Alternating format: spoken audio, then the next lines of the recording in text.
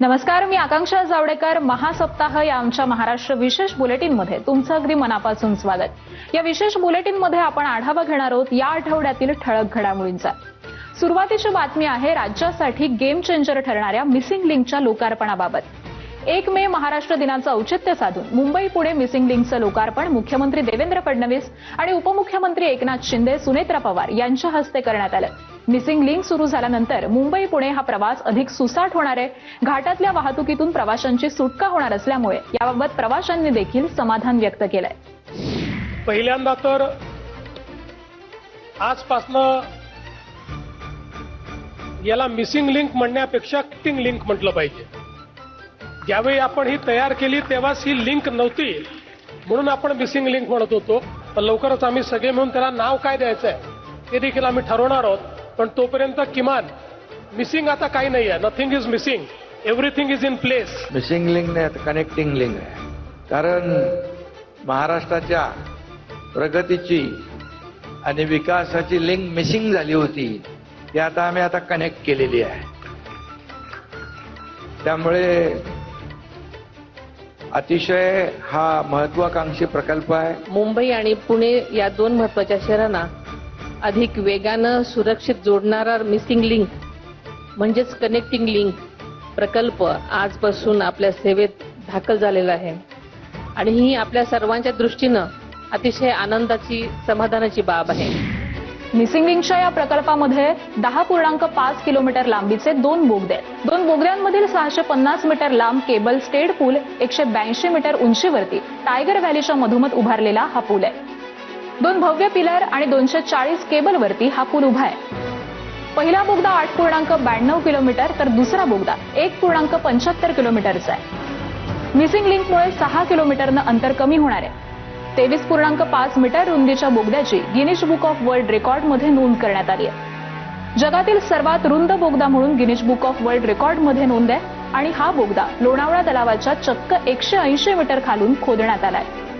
नव्या मार्गामुळे घाटातील अवघड वळणं आणि अपघातप्रवण क्षेत्र टाळता येणार असून प्रवास अधिक सुरक्षित होणार आहे. तसंच वाहनांच्या इंधनांच्या वापरामध्ये घट होऊन दररोज अंदाजे 1 कोटी रुपयांची बचत होणार आहे. अर्थातच याचा मोठा फायदा राज्याच्या प्रगतीसाठी होईल यात शंका नाही. देशातील पहिल्या डिजिटल जनगणनेचा शुभारंभ महाराष्ट्राचे राज्यपाल जिष्णुदेव वर्मा यांच्या हस्ते करण्यात आला. मुख्यमंत्री देखील कुटुंबासह डिजिटल स्वगणना केली. देशाच्या प्रगतीसाठी अचूक आणि विश्वसनीय माहिती अत्यंत आवश्यक असते. त्या दृष्टीनं होत असलेली ही 16वी राष्ट्रीय जनगणना पूर्णपणे डिजिटल स्वरूपाची असून हा एक ऐतिहासिक टप्पा असल्याचं मुख्यमंत्र्यांनी सांगितलं. उपमुख्यमंत्री एकनाथ शिंदे, उपमुख्यमंत्री सुनेत्रा पवार यांनी देखील स्वगणना करून या जनगणनेसाठी नागरिकांनी सहकार्य करण्याचं आवाहन केलंय. या पुढची बातमी आहे मंत्रिमंडळ बैठकीत घेण्यात आलेल्या महत्त्वपूर्ण निर्णयांबाबत. मुख्यमंत्री देवेंद्र फडणवीस यांच्या उपस्थितीमध्ये राज्य सरकारची मंत्रिमंडळ बैठक पार पडली. यामध्ये अनेक निर्णय घेण्यात आले. त्यापैकी दिव्यांग विद्यार्थ्यांना मोठा दिलासा देणारा निर्णय बैठकीत घेण्यात आलाय. 10वी नंतरच्या शिक्षणासाठी शिष्यवृत्तीमध्ये 12 वर्षांनंतर पहिल्यांदाच भरीव वाढ करण्यास मंजुरी देण्यात आली आहे. हरित महाराष्ट्राच्या दृष्टीनं ही एक महत्त्वाचा निर्णय यावेळी घेण्यात आला. 2047 पर्यंत 300 कोटी वृक्ष लागवडीचं लक्ष ठेवण्यात आलेलं असून यासाठी हरित महाराष्ट्र आयोगाची स्थापना करण्याचे निर्देश देण्यात आले.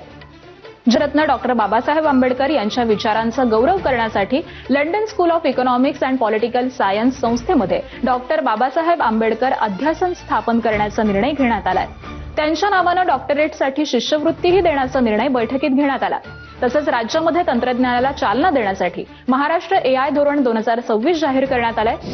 ठाण्यातल्या पहिल्या इलेक्ट्रिक डबल डेकर बसचं उपमुख्यमंत्री एकनाथ शिंदे यांच्या हस्ते लोकार्पण करण्यात आलं. या पर्यावरणपूरक बसमुळे ठाणेकरांचा प्रवास अधिक सुखकर आणि आरामदायी होणार असल्याचं त्यांनी यावेळी सांगितलं. सह्याद्री अतिथीगृहात उपमुख्यमंत्री सुनेत्रा पवार यांच्या अध्यक्षतेखाली अल्पसंख्याक विकास विभागाअंतर्गत राबवण्यात येणाऱ्या विविध योजनांची सविस्तर आढावा बैठक पार पडली. या बैठकीमध्ये अणुशक्तीनगर परिसरात अल्पसंख्याक मुलींसाठीच्या प्रस्तावित अभियांत्रिकी महाविद्यालयाच्या उभारणीच्या कामाला गती देण्याचे निर्देश यावेळी त्यांनी दिले. तर या बैठकीत मार्टी संस्थेशी संबंधित विविध मुद्द्यांवरती सविस्तर चर्चा करण्यात आली. आणि या बातम्यांमध्ये वेळ झाली इथेच थांबण्याची. ताज्या घडामोडींसाठी पाहत रहा ABP माझा.